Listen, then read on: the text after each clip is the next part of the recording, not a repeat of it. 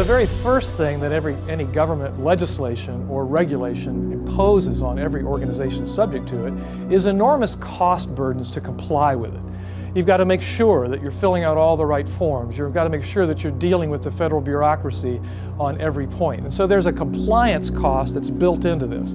But the real cost is the cost of defending yourself against lawsuits if you assert that you have First Amendment freedoms that protect you from having to comply with these regulations. You may have to look around the workplace and see posters that promote biblical views of marriage and decide whether or not you're going to keep those posters up because they would be deemed to be harassment against people who are homosexuals.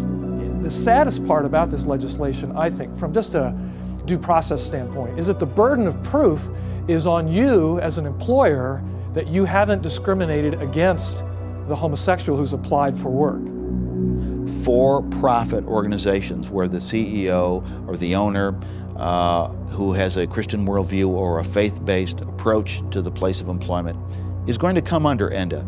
They're going to be required, if they have 15 or more employees, to obey the prescriptions of ENDA, which means that they can't not hire homosexuals who are superficially qualified. They can't fire persons who come out in terms of their homosexuality in the workplace. You know, on Capitol Hill, as we say, at the end of the day, ENDA and hate crimes are really a form of economic terrorism.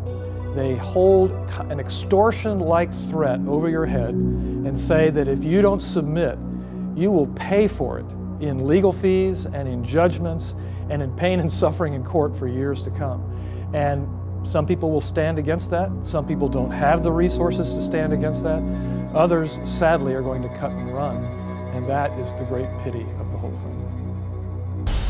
Thomas Jefferson said in his autobiography, "Were we directed from Washington when to sow and when to reap, we would soon want bread."